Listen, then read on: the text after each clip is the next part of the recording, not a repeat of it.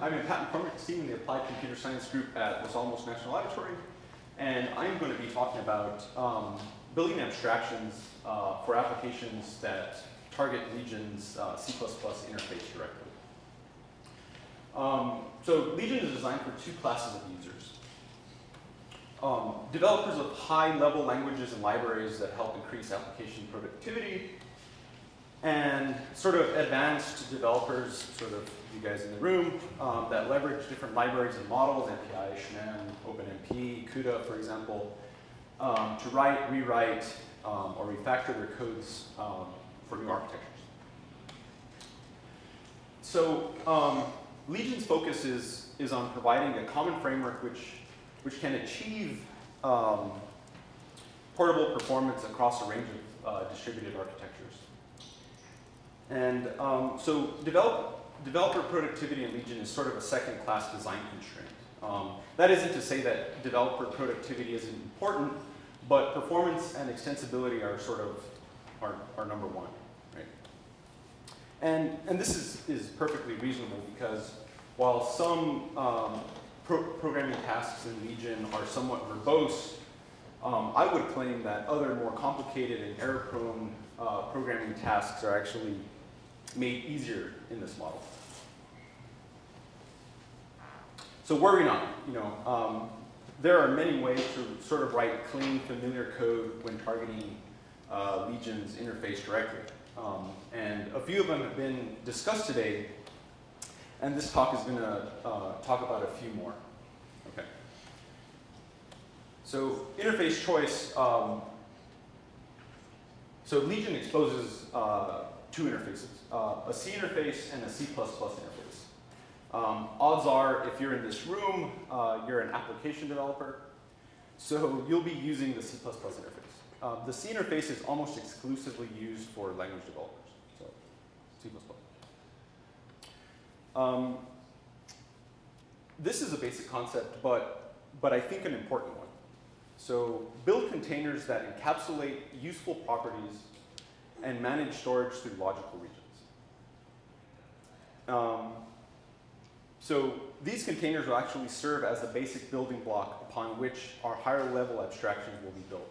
And this is sort of what this talk is about. So what we're trying to achieve is a couple of things here, right, with this approach. First, we want to provide a means to replicate familiar structures and operations on structures. And sort of loosely speaking, what we're trying to do is actually try to create Legion versions of our favorite data structures and standard containers. Second, we want to reproduce familiar function signatures at the top level of our applications.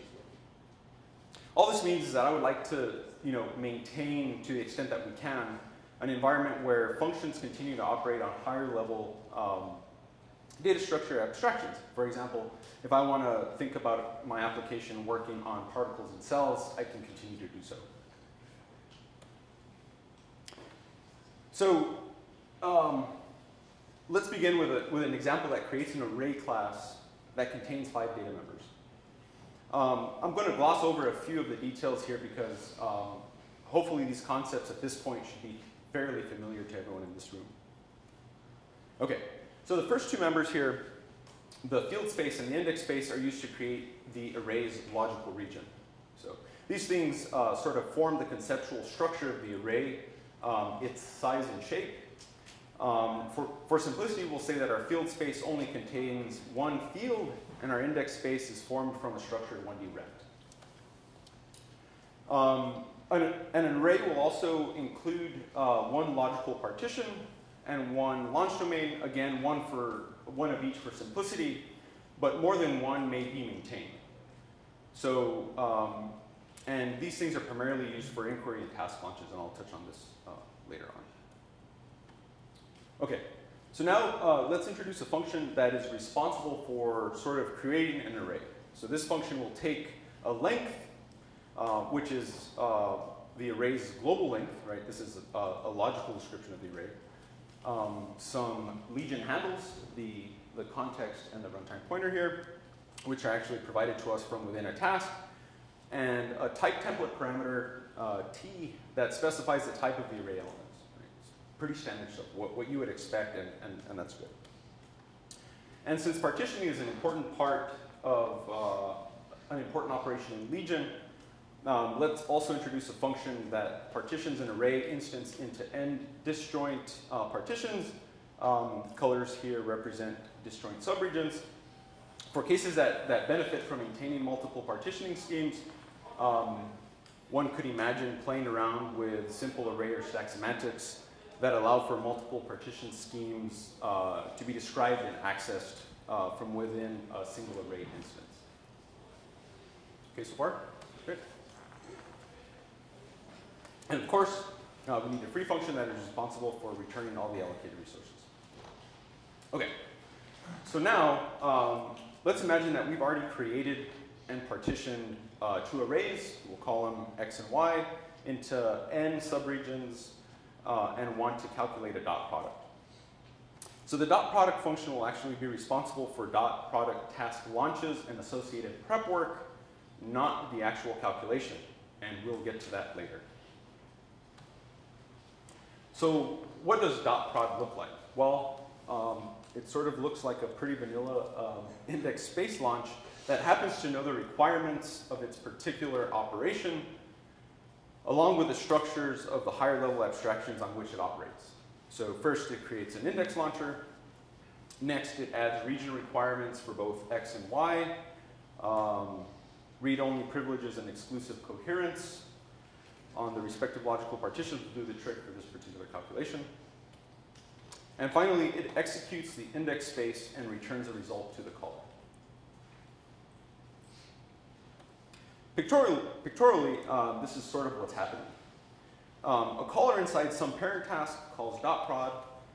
Dot prod does its thing, and then at some point, dot prod tasks are applied in a data parallel fashion to the disjoint subregions that were created by x and y. A local result is calculated by each respective task in parallel, and those results are then summed, sort of the reduction in this cartoon, in some reasonable manner. And finally, the result is delivered to task 0. So this is sort of rudimentary,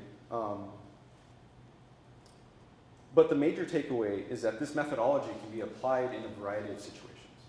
So here we can create a sparse matrix structure from, for arrays, and here I also present the code of an actual Legion application. So this is almost, copy and paste from this application I wrote on the slide here that actually operate on these sort of basic building blocks, right? It looks very similar to what application developers like to see, at least at the top level. So this particular code is a simple multigrid precondition CG code. And this is sort of what the MG code looks like at the top level. And if you're interested, this code is actually out in the wild. You can find it on GitHub, so please check it out if you are interested. And finally, I'd like to shameless plug here. We're in the process of writing a Legion debugger. So our targets are applications that are written directly to the runtime, and applications that are actually sitting on top of DSLs that happen to use Legion underneath the covers. And we're super excited about this work. Sort of a new feature in Legion was recently introduced that allows for context and domain-aware metadata to be associated with regions and tasks. And the hope is that we're going to actually be able to use this new capability to maintain domain abstractions from within an online and distributed debug session. But we do need your help. If you could shoot us an email, if you can keep a notebook, a diary, while you're writing your Legion applications and say, hey, this would be super awesome if we had this capability inside of the debug session, that would actually help us a lot, and then hopefully in turn help you. So, so please keep that in mind, and thanks. Any questions? So, I guess I'll just take you up on your debugger solicitation. Excellent. Earlier, someone was mentioning that the whole region abstraction is you can do local queries. Can you on the data that's in your regions and your fields? Okay. Did someone say that?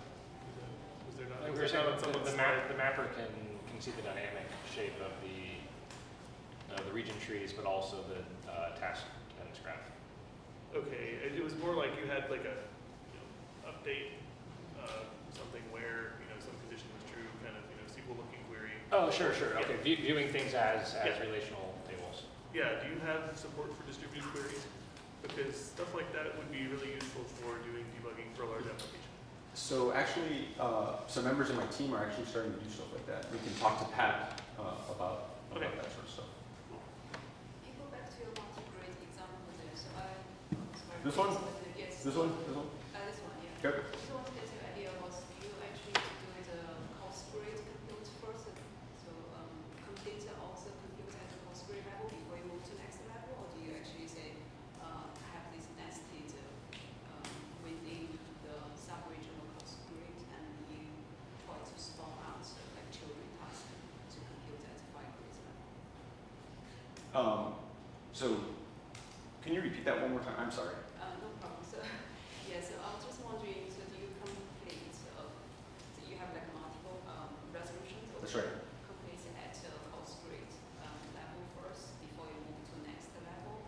That's- some kind of break. That's right. So this is sort of, well, we start at the finest, and then this is sort of a use cycle. So as we finish, then we come back up once we're done at the courses grid, and then we do simple interpolation back up. And you have subpaths being spawned inside each region to go through this nested calls. Actually, in this particular implementation, all I do is in queue tasks onto the respective grids. So I actually don't have subtasks. Actually, the way in which I structured this application is that the cursor points that correspond where I'm going to have to be doing injection and prolongation operations are actually resident inside of sort of the way I decompose the data. Does that answer your question?